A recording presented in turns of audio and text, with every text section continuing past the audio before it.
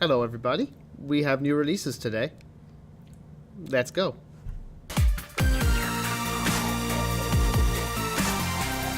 Hot on the heels of Battle of the Bulge campaign book, we have new bolt action releases. So I'm going to go quick fire through 6 boxes.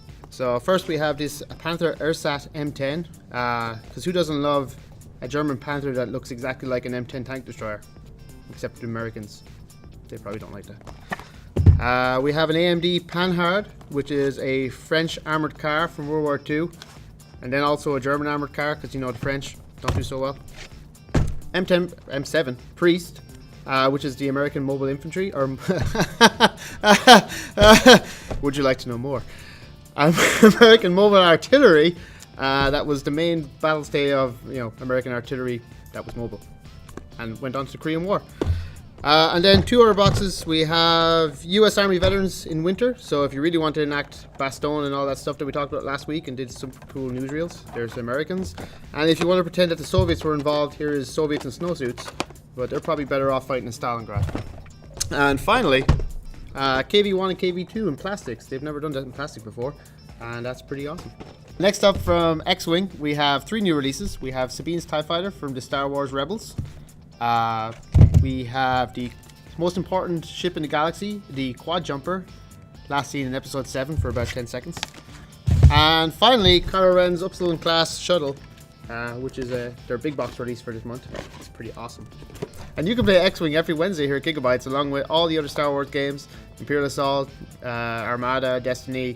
You can play Star Wars role-playing if you really want to. You can just dress up like Star Wars and come hang out. That'd be kind of cool, actually, so do that, yes. Next up, we have a release from Malifaux, which is a local Georgia company, made in Georgia. This is the new release for an Oni's Wrath, which is the new faction or new team for the Ten Thunders faction. Made in Georgia. Aha! So let's start exactly like this with me holding this because it's fucking heavy. New from D&D, they have a new board game, Salt of the Giants, where you take on one of 6 giant tribes as you roll around beating up other giants or literally just stepping on small folk. It says that on the back, step on the small folk. So that's cool. We have 3 of their premium version, which is $129.99. All the models come painted, so that will save you a lot of time. Yeah. Now we have some exciting stuff coming in from Privateer Press. They've released multiple army boxes for 2017. These are full 50-point armies, and they're about, I believe, a 40% saving over buying everything separately. The first 4 that have released are, because they only have it on the front box, I'm going to have to look at it on the side. Circle Oberus. We have Protector of Menot, who are the best. if you like that sort of thing. Crix. And finally, Scorn. So that's 4 new army boxes. Never better time jumping to Mark 3 of War Machine and Hordes, I guess, if you like animals. Creeper. And finally, we have more releases for the Gathering Storm for Games Workshop. They've released the Triumvirate of Yinid. Expect me to mangle every single word here. Yinid? Yinid. Yinid? Yinid? Yinid. Yinid? Is it Yinid? That's what they said on the videos. But it's an AD at the end.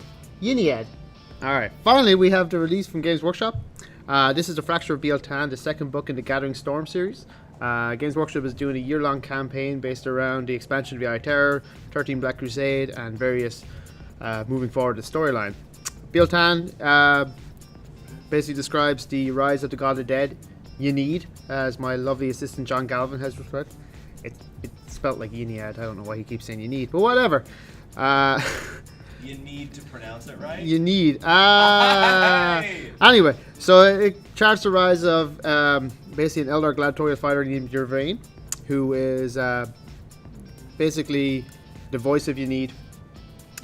She starts to lead the Eldar back together, join the forces of Eldar, Dark Eldar, Harlequins, and basically to get to the God of the Dead back to life. I guess would that make sense? Or on life? And in a way, they plan to defeat Slaanesh, fight Chaos, and basically be less emo than Eldar already are. It's a really cool book. It's a very good story. It has factions from Biel-Tan, Ultway. They involve Ionden. There's Nurgle demons. There's all sorts of stuff going on. It's a pretty awesome book. It was a good read. And some very interesting stuff if you're a Thousand Sun fan for like 10 seconds. With that comes a 3-character box. So you see here, this is the avatar of you need. Yiniad. I'm gonna say Yiniad. Sorry. Pretty cool mod. This is your brain. This is the voice, I guess. What is she called? The sword. Yeah, just your vein. She's actually not anything special. Apparently, she's just called your vein. And then finally, the Viziarch, which is her loving assistant, and is a very mysterious character that may or may not be her teacher when she was a young little Sprog. So that's pretty cool. Sprog is Irish for small person, or baby. Like our page on Facebook, Gigabytes Cafe, or if you really want to, we have a new page, Dungeons and Flagons, and we'll have some more info on that later on. But like that page, it's going to be super cool. Done.